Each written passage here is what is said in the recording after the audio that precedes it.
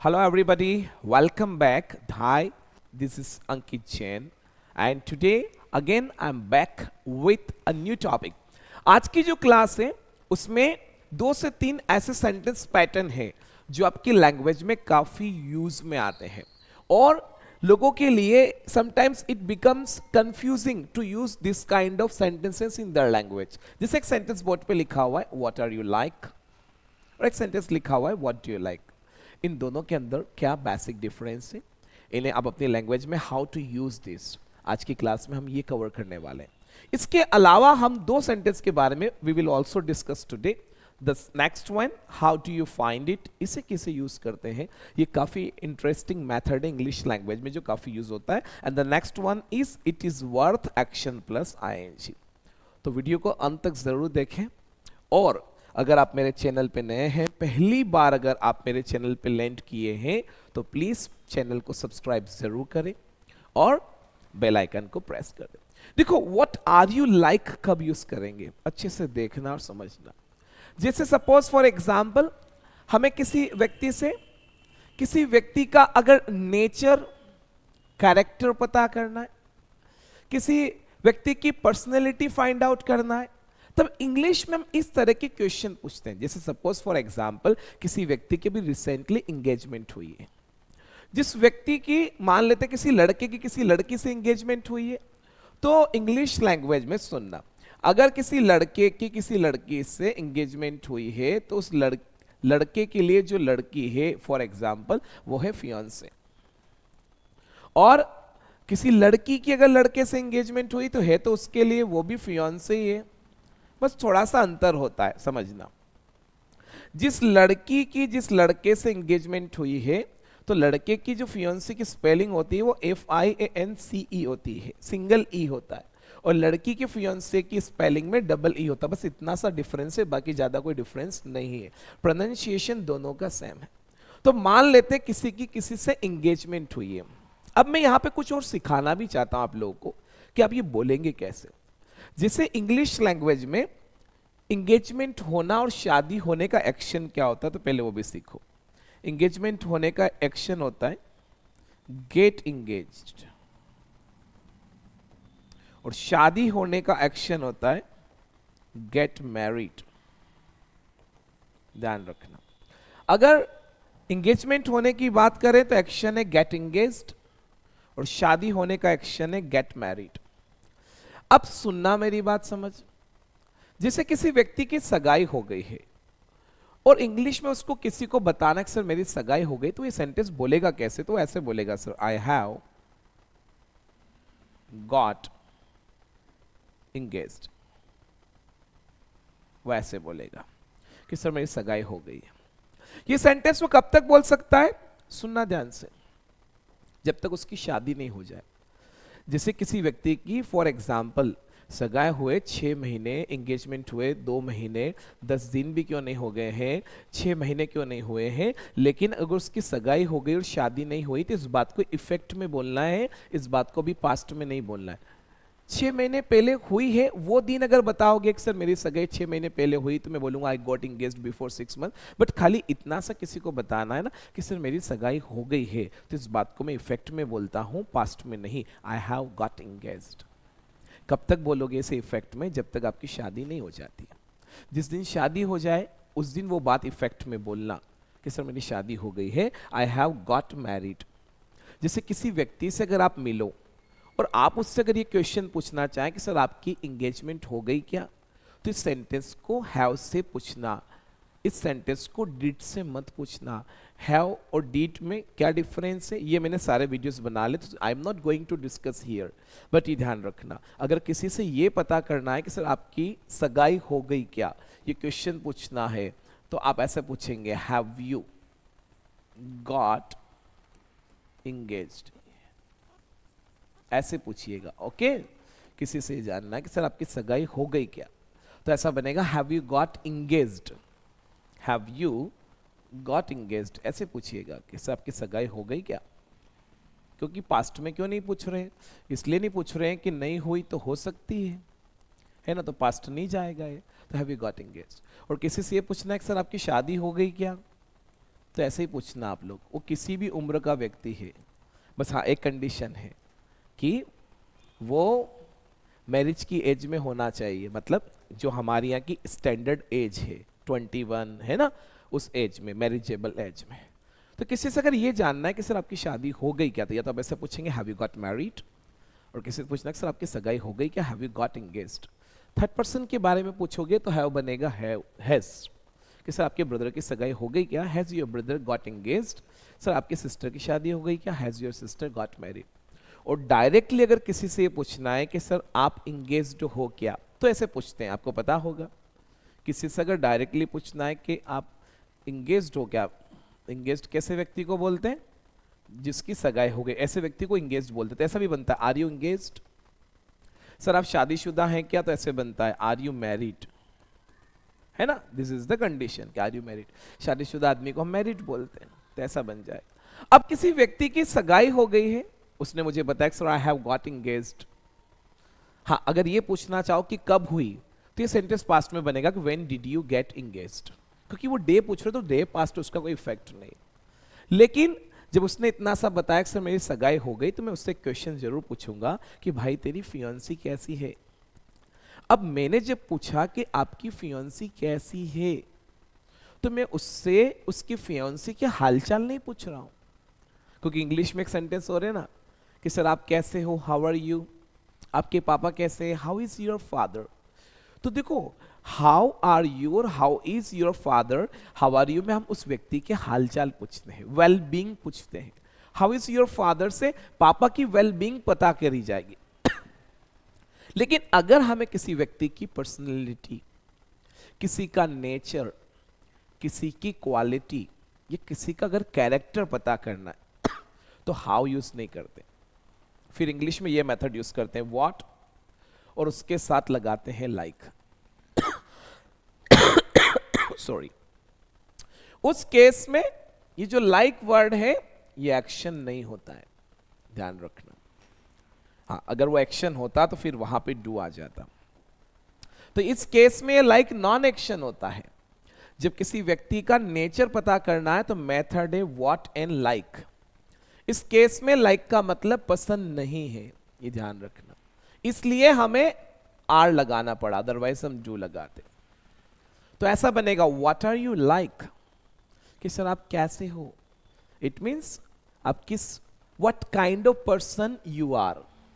अरे बस जैसे हम बोलते हैं कि सर कोई व्यक्ति किसी कंपनी में जॉब करता है और मैंने उससे पूछना है कि आपके बॉस कैसे हैं, तो ऐसा बनेगा what is your boss like. I am a student of school, और आपको मुझसे पूछना है कि आपके प्रिंसिपल सर कैसे हैं।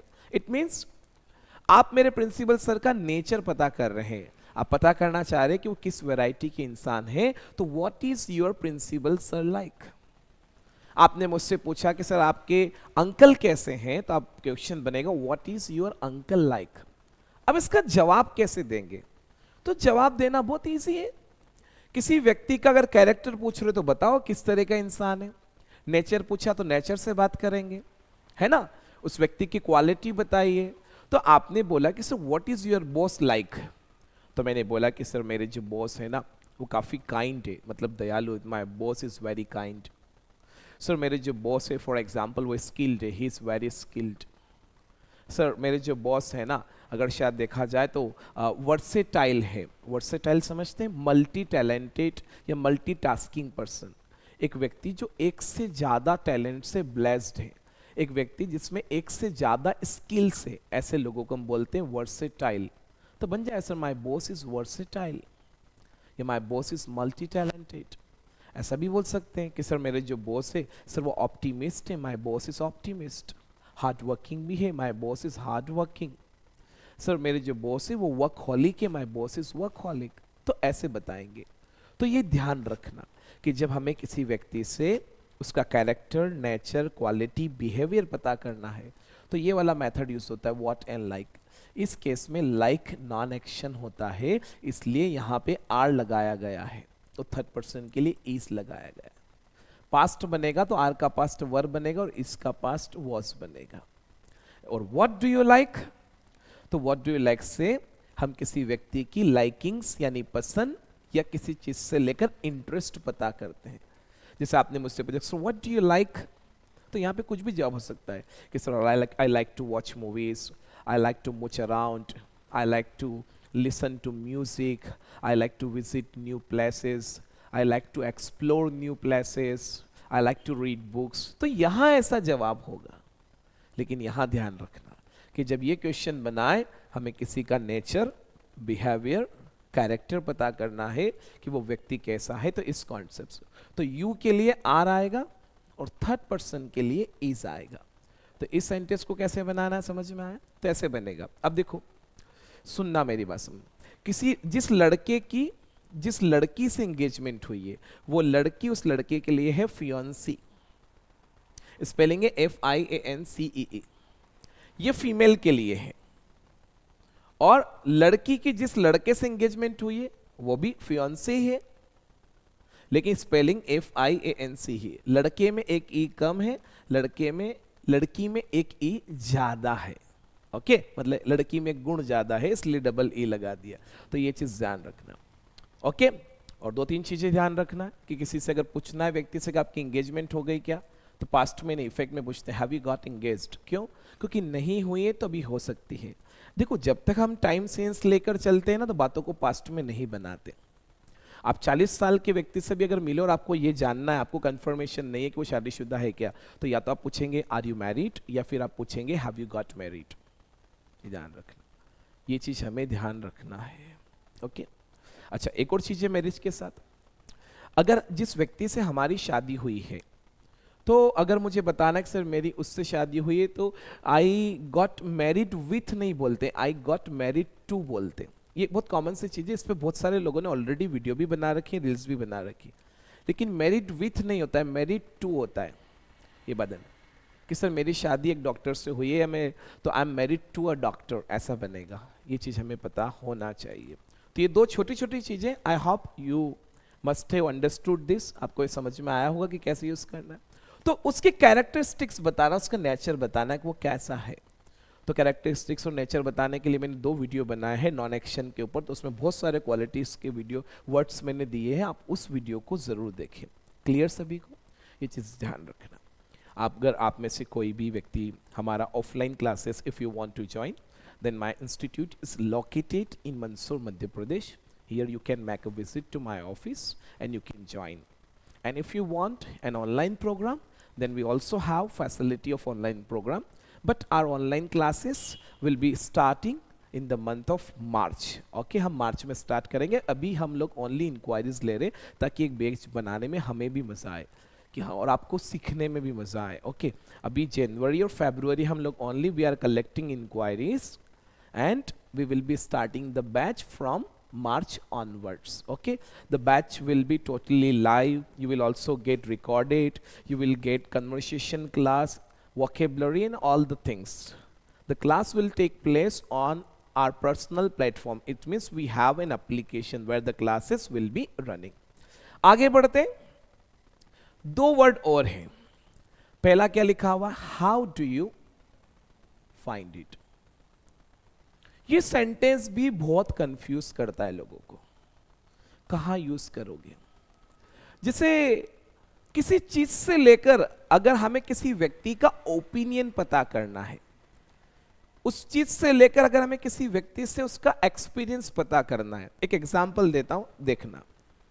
मैंने किसी व्यक्ति को बोला कि sir yesterday I went to the cinema, तो उस व्यक्ति ने पूछा कि सर कौन सी मूवी देखी, और मैंने बोल दिया कि सर मैंने धुरंधर देखी, आई सा धुरंधर। अब वो व्यक्ति मुझसे पूछ रहा है कि आपको सर धुरंधर कैसी लगी। जब वो किसी से पूछ रहा है कि सर आपको धुरंधर कैसी लग रही, it means he wants to know my opinion. वो मेरा ओपिनियन जानना चाहता है। इट मींस मैंने धुरंधर को कैसा पाया, मैंने कैसा अनुभव किया। He wants to know the experience of mind, वो मेरा अनुभव जानना चाहता। किसी ने बोला फॉर एग्जाम्पल कि sir recently I finished reading Ikigai या रिच डैड पुअर डैड। किसी ने बोला सर मैंने अभी जस्ट फिनिश किया है इस बुक को पढ़ना। तो उस व्यक्ति ने पूछा कि सर फिर आपको कैसी लगी, rich dead and poor dead कैसी लगी। इट मीन्स वो व्यक्ति रिच डेड और पुअर डेड से मेरा ओपिनियन जानना चाहता है। हमें किसी व्यक्ति से आज के बाद किसी चीज से लेकर उसका क्या पर्सनल ओपिनियन है, उसका क्या एक्सपीरियंस रहा है, तब ऐसा हम क्वेश्चन पूछते हैं। लोग तो चाय पिलाने के बाद भी पूछ लेते हैं सर आपको चाय कैसी लगी। किसी व्यक्ति ने मुझे सपोज फॉर एग्जांपल मैं उसके घर गया, उसने मुझे अपना पूरा घर घुमाया और घुमाने के बाद वो पूछ रहा है कि अंकित तेरे को मेरा घर कैसा लगा है। कोई व्यक्ति मंदसौर आया और मैंने उस व्यक्ति को I made him visit Pashupatinath temple, मैंने उसको पशुपतिनाथ टेम्पल घुमाया। वो पहली बार आया, वेरी फर्स्ट टाइम ही कैम टू मंदसौर। तब मैंने उससे पूछ लिया मंदिर उसे विजिट करवाने के बाद कि आपको पशुपतिनाथ टेम्पल कैसा लगा। मतलब मैं उससे उसका अनुभव टेम्पल से लेकर उसका क्या रहा है या उससे उसकी ओपिनियन पूछ रहा हूं जो मंदिर से लेकर उसकी है। तो बहुत बार यूज किया जाता है सेंटेंस। जैसे कोई व्यक्ति पहली बार डीमार्ट गया है तो उससे पूछ सकते हैं कि सर आपको डीमार्ट कैसा लगा। कोई घूमने के लिए उदयपुर गया है तो पूछ सकते हैं कि सर आपको उदयपुर कैसा लगा है। कोई व्यक्ति फॉर एग्जाम्पल पहली बार ट्रेन में, मेट्रो में या प्लेन में ट्रैवल किया है तो पूछ सकते हैं कि सर आपको ट्रेन जर्नी कैसी लगी, सर आपको प्लेन में ट्रैवल करना कैसा लगा। आप किसी से कुछ भी पूछ सकते हो। मैं आपसे ये भी पूछ सकता हूं कि आपको मेरा वीडियो कैसा लगा। तब इंग्लिश लैंग्वेज में सेंटेंस यूज में आता है, how do you find it.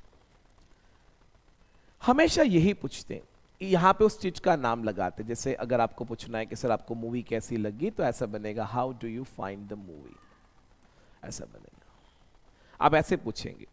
अगर मुझे किसी से पूछना है फॉर एग्जाम्पल कि सर आपको मेरा लैपटॉप कैसा लगा तो how do you find my laptop. मुझे आपसे पूछना है कि आपको मेरी क्लास कैसी लगी तो बन जाएगा how do you find my class. किसी को पूछना है फॉर एग्जाम्पल कि सर आपको डी मार्ट कैसा लगा तो बन जाएगा how do you find D mart. किसी को यह पूछना है कि सर आपको ये किताब कैसी लगी तो बन जाएगा how do you find this book. किसी को मुझसे ये पूछना है कि सर आपको मंदसौर कैसा लगा तो how do you find Mandsaur. तो ऐसे पूछा जाए कोई भी चीज के बारे में। अगर आपको उस व्यक्ति से ओपिनियन या एक्सपीरियंस लेना है, कोई व्यक्ति नया ब्लेजर या कोई नया ड्रेसअप करके गया अपने आप को और उससे पूछ रहे कि सर आपको मेरा ड्रेसअप कैसा लगा, how do you find my dress up. Sir आपको मेरी वॉच कैसी लगी, how do you find my watch. अब वो गुड हो सकता है, बैड हो सकता है, कुछ भी हो सकता है, कुछ भी जवाब आ सकता है। जैसे आपने बोला sir how do you find the movie, तो मैंने बोला sir the movie is fantastic, it is superb, it is amazing, कुछ भी बोल सकते हैं। How do you find the laptop, मैंने बोला it's good, it's configuration is good. तो ऐसे जवाब बनेगा। किसी ने बोला how do you find my class, तो आपने बोला सर इट्स वर्थ। अब वर्थ क्या है समझना। जब किसी ने बोला कि sir how do you find the movie, कि आपको मूवी कैसी लगी, तो मैंने एक छोटा सा जवाब दिया, समझना ध्यान से। मैंने बोला कि सर जो मूवी है पैसा वसूल है। कैसे है? पैसा वसूल। पैसा वसूल का मतलब क्या हुआ? बोलते ना कितनी बार कि सर मूवी पैसा वसूल है। पैसा वसूल का मतलब है कि मूवी को देखने में जो पैसा आपने खर्च किया है वो व्यर्थ नहीं हुआ है, वेस्ट नहीं हुआ है। जब किसी काम को करने में जो अमाउंट ऑफ टाइम आपने इन्वेस्ट किया है, जो पैसा आपने इन्वेस्ट किया है, और अगर वो बेकार नहीं गया है तब वो चीज हमारे लिए वर्थ बनती है। वर्थ का मतलब होता है फॉर एग्जाम्पल कि वो चीज, वो काम करने लायक है, वो वेस्ट नहीं है। That is not wastage of time, not wastage of money. तो वो चीज हमारे लिए वर्थ हो जाती है। कोई भी चीज हो सकती है, वो कोई प्लेस हो सकता है। जैसे सपोज आपने कोई किताब पढ़ी है और किताब को पढ़ने के बाद आपको अच्छा अनुभव हुआ, आपने उस किताब से काफ़ी सीखा है, आपको सीखने को मिला है, उस किताब के अंदर बहुत अच्छी इंफॉर्मेशन है, अच्छी बातें हैं, तो किताब आपके लिए वर्थ है, मतलब पढ़ने लायक है, मीनिंगफुल है आपके लिए। आप कोई मूवी देखने के लिए गए, आपने मूवी देखी फॉर एग्जाम्पल, और मूवी देखने में जो टाइम और जो पैसा आपने इन्वेस्ट किया है, खर्च किया है, स्पेंड किया है, वो बेकार नहीं हुआ है, वेस्ट नहीं हुआ है, तो वो मूवी आपके लिए देखने लायक, बोलते हैं ना सब देखने लायक है, पैसा वसूल है। तो कोई भी काम या कोई भी चीज अगर हमें लगता है कि करने लायक है, इसको करने में फायदा है, बेनिफिट है, तो वो चीज इंग्लिश में वर्थ बनती है। अब यूज कैसे करेंगे देखें, ऐसे बोलते हैं कि इट इज वर्थ। अब अगर कोई एक्शन है, कोई काम है जिसके बारे में हम बात कर रहे हैं, तो समझना वर्थ के बाद जब एक्शन आता है तो आईएनजी लगाकर बोलते हैं, ध्यान रखना। जैसे अगर मुझे बताना है कि सर ये मूवी देखने लायक है, तो देखना वॉच बनता है, तो ऐसे बोलेंगे, यानी हमें बोलना पड़ेगा इट इज वर्थ वॉचिंग। क्या बोलेंगे? It is worth watching. जैसे मुझे बोलना है कि सर ये बुक पढ़ने लायक है, तो ऐसा बोलेंगे it is worth reading, it is worth reading. कोई प्लेस है जो घूमने लायक है, तो ऐसा बोलेंगे इट इज वर्थ विजिटिंग, ऐसा बोलेंगे। ऐसे सेंटेंस बनाएंगे। वैसे आप इसको ऐसा भी बोल सकते हैं कि it is worth watching movie, या आप मूवी पहले भी लगा सकते हैं कि movie is worth watching, the book is worth reading. ऐसा भी बोल सकते हैं कि it is worth reading this book, it is worth visiting this place भी बोल सकते हैं, और this place is worth visiting भी बोल सकते हैं। दोनों करेक्ट है, कोई प्रॉब्लम नहीं, दोनों से आपका सेंटेंस बन सकता है। यहां आप क्वेश्चन भी बना सकते हैं। जैसे सपोज फॉर एग्जाम्पल किसी को बताना है कि सर आईफोन 17 वर्थ है, खरीदने लायक है, तो बनेगा it is worth buying iPhone 17। आपके सर वीडियोस देखने लायक है, it is worth watching your videos, बन जाएगा। किसी ने बोला फॉर एग्जाम्पल कि सर ये प्लेस घूमने लायक है, this place is worth visiting. Sir ये फॉर एग्जाम्पल होटल ऐसी है कि बिल्कुल खाना खाने लायक है, this hotel is worth dining out, या it is worth dining out at this hotel भी बोल सकते हैं। कोई भी काम से लेकर, जैसे कोई डीमार्ट के बारे में बात कर तो बोल सकते हैं sir it is worth doing the shopping from DMart. मैंने अगर शायद कोई लैपटॉप खरीदा और मुझे लगा कि खरीदने का फायदा है, अच्छा लैपटॉप है, पैसा वसूल है, तो बोलूंगा it is worth buying laptop, it is worth buying this laptop. तो ऐसे सेंटेंस हम बोलेंगे। यहां पे जब किसी व्यक्ति को उस चीज के बारे में अगर हमें कोई ओपिनियन या इंफॉर्मेशन देना है कि वो कैसी है, तब यूज करते हैं। तो वर्थ का मतलब होता है पैसा वसूल। एक वर्ड आपने पढ़ा है ट्रस्ट वर्दी, जो इंसान भरोसे के लायक होता है उसे हम ट्रस्ट वर्दी बोलते हैं, है ना। तो वो वर्थ से ही बना है। तो वर्थ वो चीज है जहां पे आपका पैसा, आपका टाइम वसूल है, वो हर एक चीज वर्थ है, ये चीज ध्यान रखना। जैसे कोई व्यक्ति फॉर एग्जाम्पल वंदे भारत में ट्रैवल किया, पैसा जो दिया, उसने बोला उस ट्रेन में ट्रैवल करने में उसको आनंद आ गया, मजा आ गया, तो उसने बोला sir it is worth travelling on Vande Bharat, तो ऐसा बन जाएगा। तो ये चीज हमें पता होना चाहिए। अब यहाँ पे क्वेश्चन भी बना सकते, पूछना है किसी चीज के बारे में। जैसे सपोज मान लेता हूं कि मैं ईवी कार खरीदने जा रहा हूं, I want to buy an EV car, but मैं किसी व्यक्ति से पूछ रहा हूं जिसके पास ईवी है कि सर क्या ये ईवी लेने लायक है, तो बनेगा is it worth buying EV car, या is it worth buying an EV vehicle. क्या सर एक इलेक्ट्रिक व्हीकल लेने लायक है, फायदा है? तो उसने बोला yes sir of course it is worth buying, it has many advantage, it has many features, ऐसे बन जाएगा। तो हमें ऐसे बताते भी आना चाहिए। तो ये सेंटेंस ऐसे हम यूज करेंगे। अगर नेगेटिव बनाना है सर वर्थ नहीं है, तो बनेगा इट इज नॉट वर्थ। मैंने बोला sir this movie is not worth watching, this place is not worth visiting, मतलब कोई फायदा नहीं, इतना अच्छा नहीं है। तो वर्थ वो चीज होती है जहां हमें लगता है कि इसको करने का फायदा है, उसमें जो अमाउंट ऑफ टाइम मनी जो हम इन्वेस्ट या स्पेंड कर रहे हैं, उसको खर्च करने के बाद हमें मायूस ना होना पड़े, या फॉर एग्जाम्पल हमें रिग्रेट ना करना पड़े, तो वो चीज़ हमारे लिए वर्थ होती है।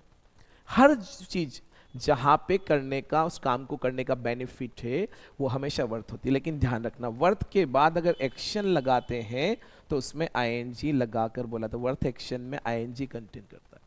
जैसे क्वेश्चंस भी बना सकते हैं, अगर आपको ऐसा पूछना है ना कि सर कौन सी स्कूटी खरीदने लायक है, ऐसा बनाना है, तो बनेगा विच स्कूटी इज वर्थ बाइंग। ऐसा बन जाएगा कि सर कौन सी स्कूटी खरीदने लायक है।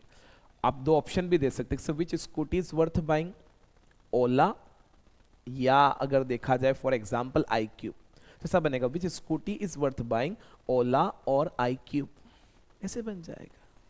किसी ने बोला sir which car is worth buying, Tata Nexon और Hyundai क्रिएटा, तो वहां हमें जवाब देना पड़ेगा कि sir Tata Nexon is worth buying because it's build quality is better than Hyundai Creta, या जो भी जवाब है ना। तो या मैं आई am not making comparison, I am just letting you know कि कैसे हम बात करेंगे। तो ऐसे भी बन जाएगा, ऐसे यूज करेंगे। तो आज के वीडियो में कुछ ऐसी टर्म्स या ऐसे सेंटेंसेस जो हमारी लैंग्वेज में काफ़ी यूज़ आते हैं वो हम लोगों ने सीखे हैं। वीडियो अगर आपको पसंद आया तो please do like the video, subscribe the channel if you are new, and share with your friends, and please definitely wait for new videos. Every week we upload 3 videos, and if you are interested in learning, so definitely you will get very nice information about English language and with an attractive way. So thank you, see you in next video.